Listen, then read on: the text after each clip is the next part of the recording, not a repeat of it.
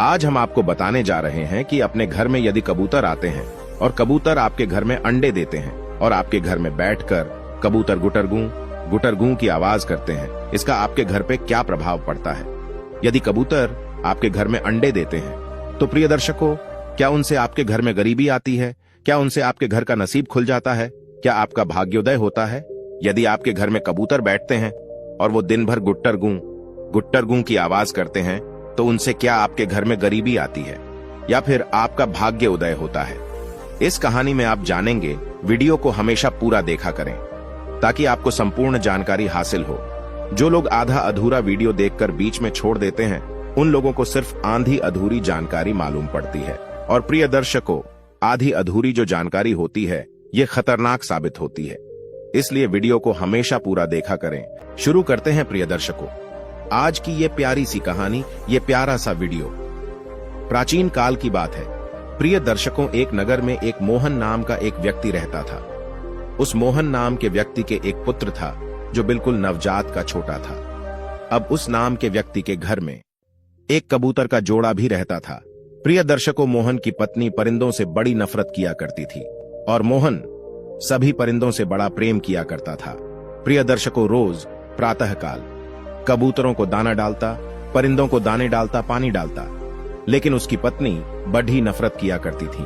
वो अपने पति से अक्सर इसी बात को लेकर के झगड़ती रहती थी कि तुम इन फालतू के परिंदों को दाना पानी डालते हो, ये मुझे बिल्कुल पसंद नहीं है, आप ऐसा छोड़ दो, ऐसा करना छोड़ दो। प्रिय दर्शकों, मोहन अपनी पत्नी को समझाता है और कहता है कि प्रिय, ये सभी भगवान की देन है। ऊपर वाले ने जितनी भी परिंदे बनाए हैं ये सभी परिंदे हर इंसान को दुआ देते हैं, यह कभी भी बद्दुआ नहीं देते हैं। ये हमारी दुआ करते हैं, इसलिए इन परिंदों की खिदमत करना भी हमारा फर्ज है। इनकी देखरेख करना भी हर मनुष्य का कर्तव्य है। इनको दाना पानी डालना भी हर मनुष्य का कर्तव्य है।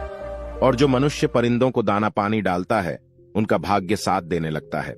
इस तरीके से मोहन अपनी पत्नी को समझाता है, लेकिन उनकी पत्नी इन बातों को समझने के लिए बिल्कुल भी तैयार नहीं थी।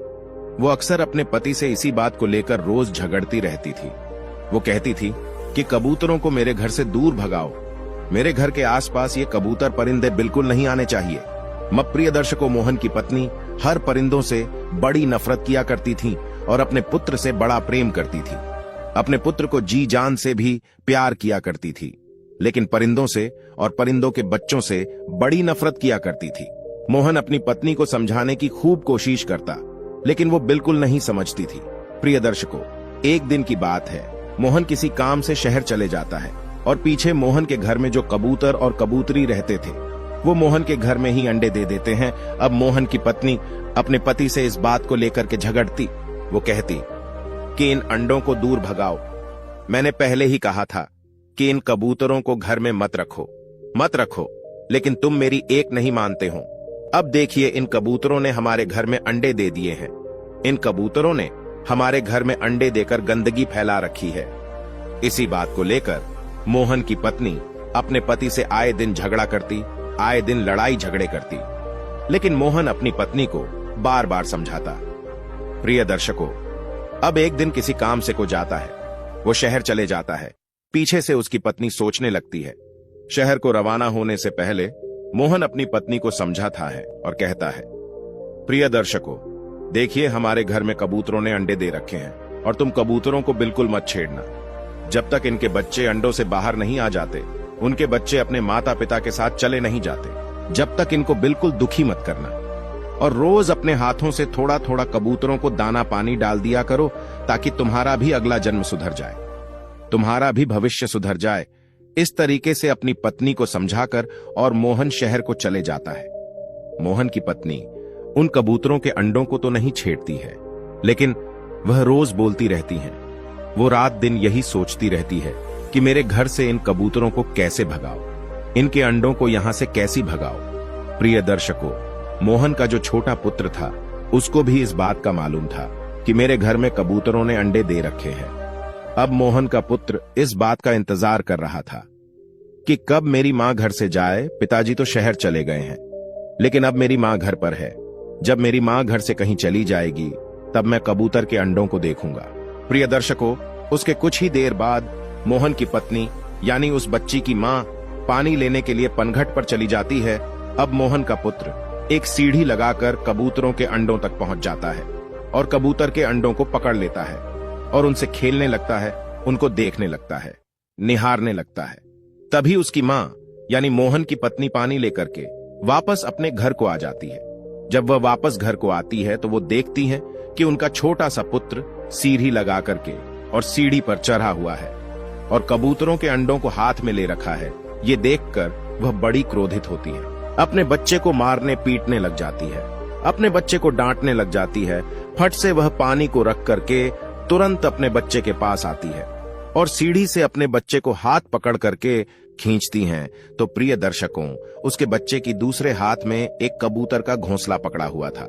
जैसे कि पत्नी अपने बच्चे का एक हाथ पकड़ करके नीचे को खींचती है, तो प्रिय दर्शकों, कबूतर का पूरा घोंसला उस बच्चे के हाथ से आ जाता है और जैसे ही कबूतर का घोंसला नीचे आता है तो पूरे अंडे फूट जाते हैं। प्रियदर्शी को एक अंडा उस बच्चे के हाथ में था, उसको उसकी मां पकड़ करके और जमीन में मार देती है, तो वो भी फूट जाता है और अपने बच्चे को खूब मारती है, पीटती है। कबूतर का घोंसला नीचे आने के बाद पूरे अंडे फूट जाते हैं। जब कबूतर और कबूतरी आते हैं, अपने अंडों को फूटा हुआ देखते हैं तो बड़े दुखी होते हैं, बड़े चिंतित हो जाते हैं, अपनी आंखों से आंसू की धार बहाते हैं, रोने लगते हैं। लेकिन अब वो तो परिंदे हैं, करे तो क्या करे। तभी उसी वक्त एस मोहन भी शहर से वापस आ जाता है। तब मोहना करके देखता है कि उनका छोटा नवजात बच्चा जोर जोर से रो रहा है।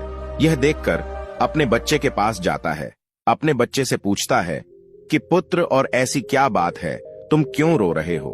तुरंत अपनी पत्नी के पास जाता है, अपनी पत्नी से पूछता है कि बच्चा क्यों रो रहा है। तब उसकी पत्नी मोहन से कहती हैं कि मैंने तुमसे पहले ही कहा था कि इन कबूतरों को घर में मत रखो। आज देखो तुम्हारे पुत्र ने कबूतरों के अंडों को पकड़ लिया है, उनको छू लिया है, इसलिए मैंने इसको मारा है, पीटा है, इसलिए यह रो रहा है। प्रिय दर्शकों, मोहन जब कबूतर के अंडों के पास जाता है तो वो देखता है कि कबूतर के पूरे अंडे फूटे हुए पड़े हैं। ये देखकर बड़ा दुखी होता है।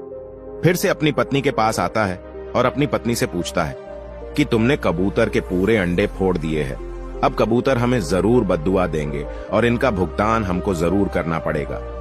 प्रिय दर्शकों, ये बात यहीं खत्म हो जाती है। अब कुछ समय निकल जाता है। कुछ समय निकलने के बाद मोहन फिर से शहर जाता है। जब मोहन शहर को जाता है तो प्रिय दर्शकों, पीछे से उसका बच्चा बीमार हो जाता है।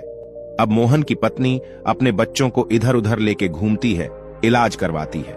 वह सोचने लगती है कि कल मेरा बच्चा बिल्कुल स्वस्थ था, इसके शरीर में तनिक भी कोई बीमारी नहीं थी, कोई बुखार नहीं था, लेकिन आज अचानक से मेरा बच्चा बीमार हो गया है। मोहन की पत्नी अपने बच्चे का बड़े बड़े राजवैद्य से इलाज करवाती है, लेकिन उसको तनिक भी फर्क नहीं पड़ता है, वो तनिक भी सुधार नहीं आता है। वो धीरे धीरे गंभीर से गंभीर रूप से घायल होता जाता है। मोहन की पत्नी बड़ी दुखी होती है, रोती है, चिल्लाती है, कहती है कि मेरा एक ही पुत्र है और यदि इसको कुछ हो गया तो हम क्या करेंगे। प्रिय दर्शकों, मोहन के पुत्र की हालत इतनी खराब हो जाती है कि उसकी बचने की कोई आशंका नहीं रहती है।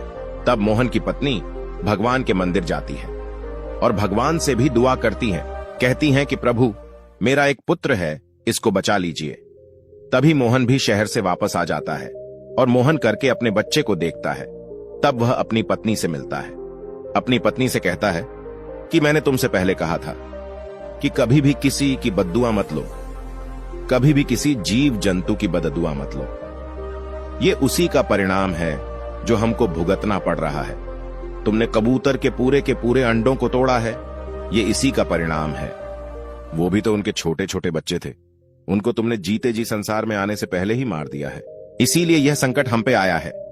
प्रिय दर्शकों, मोहन की पत्नी भगवान रात दिन दुआ करती, उनसे अपनी बच्ची को ठीक होने की भीख मांगती, लेकिन भगवान तक उनकी आवाज पहुंच ही नहीं रही थी, क्योंकि उन्होंने उसके जीवन में इतने सारे पाप किए थे।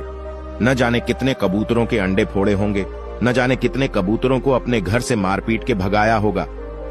प्रिय दर्शकों, जब उसकी बच्ची की हालत और भी ज्यादा बिगड़ जाती है, तब मोहन भी भगवान की पूजा अर्चना करने लगता है। जगमोहन के बच्चे की तबीयत ज्यादा खराब हो जाती है, तो मोहन भी भगवान के मंदिर में जाकर के और पूजा अर्चना करने लगता है। और पूजा आराधना करने लगता है। प्रिय दर्शकों, तो फिर इधर जब मोहन भगवान की पूजा आराधना करता है, तब मोहन की पुकार भगवान के दरबार तक पहुंचती है और प्रिय दर्शकों, धीरे धीरे उसका बच्चा स्वस्थ होने लगता है। मोहन अपनी पत्नी को समझाता है, कहता है कि कभी भी किसी की बददुआ मत लो। यदि तुम कभी भी किसी भी जीव जंतु की बददुआ लोगे, उसका भुगतान आपको जरूर करना पड़ेगा। और जब आपके घर में कोई भी परिंदे, कोई भी पक्षी यदि अंडे देते हैं, बच्चों को जन्म देते हैं, तो उनको उस वक्त वहां से मत हटाओ। उनको तब तक मत हटाओ तब तक उनका बच्चा उनके साथ जाने के लिए तैयार नहीं हो जाता है। अब मोहन की पत्नी की यह बात बिल्कुल समझ में आ जाती है। उसके बाद वह भी परिंदों की सेवा करने लगती है। परिंदों को रोज दाना पानी डालती है, तो धीरे धीरे उनका भाग्य भी साथ देने लगता है। उनके घर में फिर किसी भी प्रकार की कोई भी कमी नहीं रहती है। प्रिय दर्शकों, दिन दूनी रात चौगुनी हो जाती है। यदि आपके घर में भी कबूतर या कोई भी परिंदे अंडे देते हैं, तो उनको बिल्कुल ना हटाएं। उनको तब तक ना हटाएं जब तक उनके बच्चे उनके साथ जाने के लिए तैयार नहीं हो जाए। हाँ, एक बात है, यदि आपके घर में कबूतर रोज गुटरगू करते हैं, तो प्रिय दर्शकों, ये अशुभ संकेत देते हैं। इनको अपने घर में या तो शुरू से बिठाना नहीं, और यदि आप बिठाते हैं तो उसको फिर उनकी सेवा पूजा करें। इनको दाना पानी हमेशा डालते रहें। आपके साथ किसी भी प्रकार का कोई अशुभ नहीं होगा। ये थी प्रिय दर्शकों आज की छोटी सी कहानी।